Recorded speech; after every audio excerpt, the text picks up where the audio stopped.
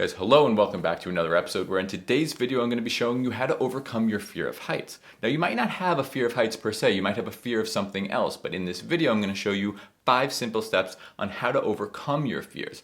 And well, listen, I may not be an expert, I do suffer from not one, but 2 different fears that I've been struggling with all my life. The first is a fear of heights, hence the video title, and the second is a fear of tight, close spaces, also known as claustrophobia. So naturally, what did I do for the sake of this video? I climbed into the back of a Cessna 172, a very small airplane, and we flew 3,000 feet in the air. Check it out.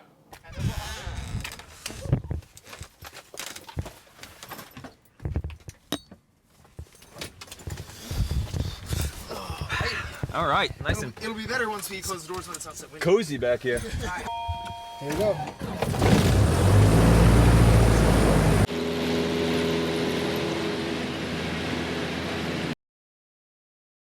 Jumping right into it, step number 1 is going to be understanding the fear, right? Putting your fear under a microscope and saying, what is it that I'm afraid of? Examining your fear is going to allow you to overcome your fear, because if you don't understand what it is, you'll never be able to conquer it. So what is fear? Fear is an idea. It's a thought that lives in your mind that takes control over your rationale and tells you, this is terrifying. Step number 2 is put your fear into context. In other words, ask yourself, what is the worst thing that could happen? So let's say in this case you're afraid of heights. So I would encourage you then to maybe go to an indoor rock climbing gym. Get a harness, a rope, and start climbing. And when it starts to get dangerous, when you start to fear what's happening, and you get that sweaty palms and your heart starts racing, just remind yourself that the worst thing that could possibly happen is that you fall and the rope catches you. Or if you really want to go to an extreme, the rope fails, which won't happen. But if the rope fails, then you'll fall on this mat that's designed to catch your fall. And you're going to be fine. Guys, step number 3 is to rationalize your fear. And it sounds easier than it actually is, but when you're not in the situation, when you're not facing your fears head on, it's easy to rationalize and say, listen, my fear is ridiculous because the odds of that thing happening are slim to none. If I'm afraid of flying an airplane, right? I'm not afraid of the plane crashing necessarily. What I'm afraid of is not having control over the plane. And if I'm not in control, then I don't know what's going to happen. And that's really the fear. The odds of the plane actually crashing, slim to none. It's not going to happen. So when you're in that situation and you're facing your fear head on, ask yourself, what are the odds of the worst case scenario actually happening?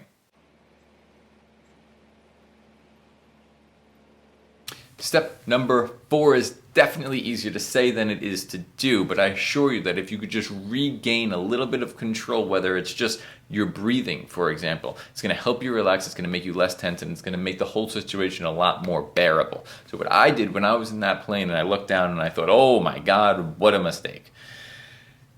I started to focus on my breathing. I took slow, deep breaths in and out, and I regained control over my breathing, which then in turn allowed me to regain a little bit more control over my thoughts and the situation as a whole.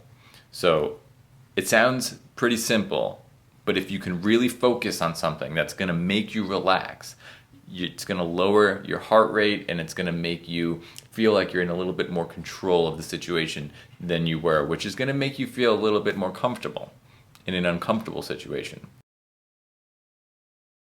Step number 5 is to acclimate yourself. Remember that no great accomplishment happens like that. Everything takes time, dedication, progress, and that's really the name of the game. This is a marathon. It's not a sprint. So acclimate yourself. Put yourself in the situation that you fear. And over time, you'll become a lot more comfortable with being uncomfortable. And through these baby steps, you'll learn how to overcome your fears. Listen, I don't like rock climbing, but I do it often because I know that through repetition and through practice and through experiencing my fears is the only way that I'm going to ultimately be able to overcome them. So I urge you, if you're afraid of heights, get on a ladder and spend some time experiencing the fear, because without that, you're just going to be running from it all your life, and that's no way to live.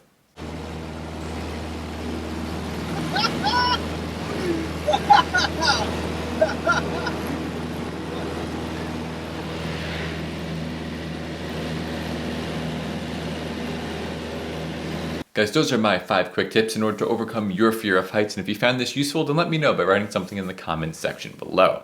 If you want to follow me on my journey on how I intend to overcome my fears, then click the subscribe button because it's going to be interesting. I'll be taking that plane, flying it around Long Island, New York for the next couple of months. So stay tuned for that.